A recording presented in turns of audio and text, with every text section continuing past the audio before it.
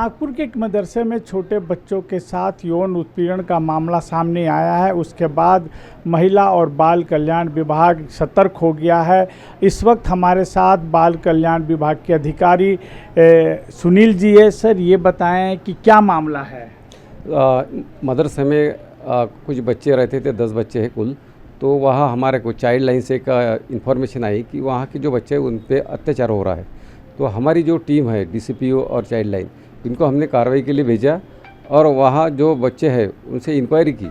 और उसमें जो बच्चे इंक्वायरी के बाद ऐसा मालूम पड़ा कि 2 बच्चों पे अत्याचार हुआ, ऐसा वहाँ मालूम पड़ा। तो हमने तुरंत वहाँ पुलिस विभाग को जानकारी दी और जो पॉस्को एक्ट है उनके रहे उन पे मामला दर्ज किया। ये 2 बच्चों की उम्र कितनी होगी और जो वहाँ पे मदरसे में जो बच्चे हैं किस उम्र से किस उम्र के बीच के हैं? यहाँ जो बच्चे वो 10 से 15-16 साल के हैं और उनकी उम्र 18 से कम है। और वो जो बच्चे हैं उनको हमने बाल गृह में रखा, उनका जो कोई काउंसलिंग किया। और जो माता पिता है उनको हमने बाल कल्याण समिति के सामने रख के उनके ताबे में दे दिया। किस प्रकार का अत्याचार करते थे? कौन करता था? क्या मदरसे का मालिक संचालक करता था, कोई बाहर का व्यक्ति? बच्चों ने क्या बताया काउंसलिंग के? नहीं, वहाँ के जो टीचर है, वहाँ मदरसे में जो पढ़ाने वाला टीचर था, उनके बारे में तकरार थी। और उन्होंने बच्चों ने यौन पीड़न का जो आरोप लगाया था, तो वो आरोप था। तो पुलिस इंक्वायरी में वो सामने आ गया और उन पर हमने कार्रवाई की। कौन सी पढ़ाई पढ़ने के लिए मदरसे में क्या पढ़ते रहे थे बच्चे? मदरसे में जो उनका धार्मिक शिक्षा जो रहता है, धार्मिक शिक्षा का कार्यक्रम वो चलता है। लेकिन यहाँ शिक्षा विभाग को उन्होंने जानकारी देना जरूरी है और वो जानकारी भी शिक्षा विभाग को नहीं दी थी। इसलिए उनको भी हमने शिक्षा विभाग को जानकारी दी कि आप ऐसे मदरसों पे कार्रवाई करें। मदरसे की हालत किस प्रकार की थी? क्या बड़ा मदरसा था कि मदरसा था नहीं था? बच्चे वहाँ पे कैसे रहते थे? नहीं, मदरसा था लेकिन वहाँ जो सुविधा है वहाँ सुविधा नहीं रहती है। वहाँ जो बच्चों के लिए रहने के लिए बाकी जो व्यवस्था है वहाँ व्यवस्था अच्छी नहीं रहती है।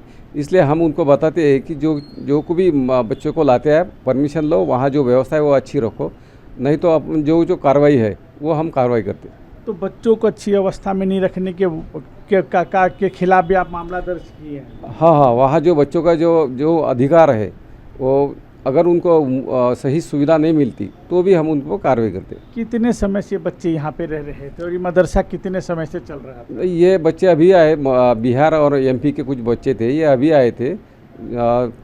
तो भी यानी ज़्यादा दिन के नहीं थे। लेकिन वहाँ जो बाहर के बच्चे हैं उनकी जानकारी देना ज़रूरी था।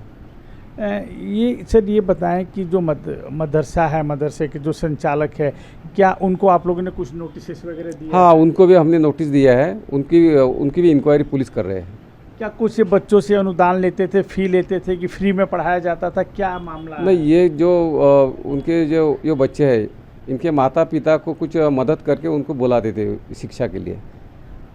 इनसे कुछ लिया नहीं जाता? नहीं, बच्चों को कुछ नहीं, सिर्फ वो शिक्षा के लिए बुलाते हैं।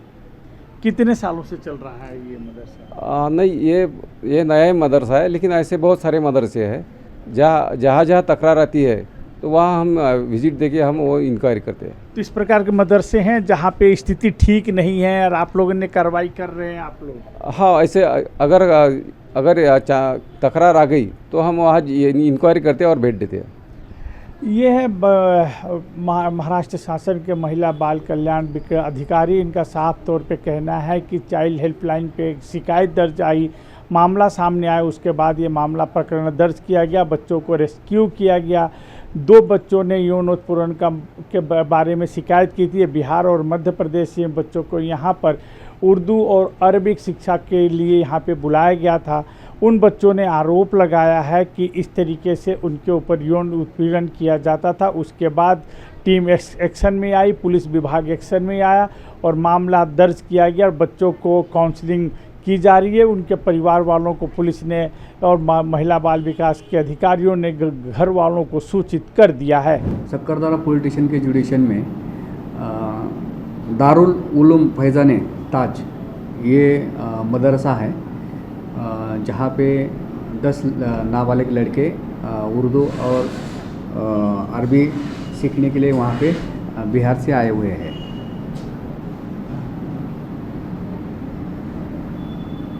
तो 19 तारीख के रात को यानी 20 तारीख को 2 बजे जो वहाँ पे मदरसे में पढ़ाने वाले जो मौलाना थे उनको उनका जो दोस्त है वो वहाँ पे आया था रात को। तो उसमें का एक नाबालिग लड़का था, उसके साथ में अनैसर्गिक संभोग करने का उसने प्रयास किया था। उसके ऊपर से उन्होंने सुबह मौलाना को बोल दिया कि उन्होंने ऐसा ऐसा रात को किया है। तो मौलाना ने उसको बोला कि उसको थोड़ा लाफा वगैरह मार के उसको वहाँ से निकाल दिया था। उसके बाद में 20 तारीख को रात को 11:30-12 बजे में एक कंट्रोल से कॉल हुआ था 112 पे। तो उसके तहत ऐसा ऐसा इंसिडेंस हुआ। वो मालूमात मिलने के बाद में वहाँ पे पुलिस स्टेशन के अधिकारियों ने विजिट करके वहाँ का देख लिया। तो वहाँ पे 10 बच्चे थे जो 10 से 17 के एज के बच्चे थे, उनको वहाँ से रेस्क्यू किया। और जो CWC के जो अधिकारी है उनके माध्यम से हमने पॉक्सो का गुना दाखिल किया है। सर, मदरसा कितने सालों से वहाँ पर चलता था और कहाँ से बच्चे वहाँ पर लाए? वो 5-6 साल से वहाँ पे मदरसा चालू था, ऐसा सुनने में आया है। और वहाँ से आउट ऑफ महाराष्ट्र के बच्चे वहाँ पे पढ़ने के लिए आते थे। क्या एज लिमिट रहती थी बच्चों की और वहाँ पे क्या पढ़ाया जाता? यानी 10 से 17 साल का अभी वो 10 बच्चे हैं, उनका एज ग्रुप है। और वहाँ पे अरबी और उर्दू सिखाने के लिए आते थे वो। सर, कोई धर्मांतरण ऐसी कोई बात सामने? नहीं, ऐसा कुछ भी नहीं है, ऐसा कुछ भी नहीं है। कितने आरोपी पकड़ा गया, कितने लोग पकड़े गए? वो जो आरोपी है वो मौलाना साहब के पूछताछ के बाद में वो वहाँ से निकल गया है। तो उसके पीछे हमारी टीम लगी है, वो मिल जाएगा। किस कलम की गुना दाखिल किया है? पॉक्सो के अंतर हमने उसके ऊपर गुना दाखिल किया है। कितने आरोपी को अरेस्ट किया अभी तक? नहीं, अभी तक वो जो आरोपी है वो भागा हुआ है, वो मिल जाएगा।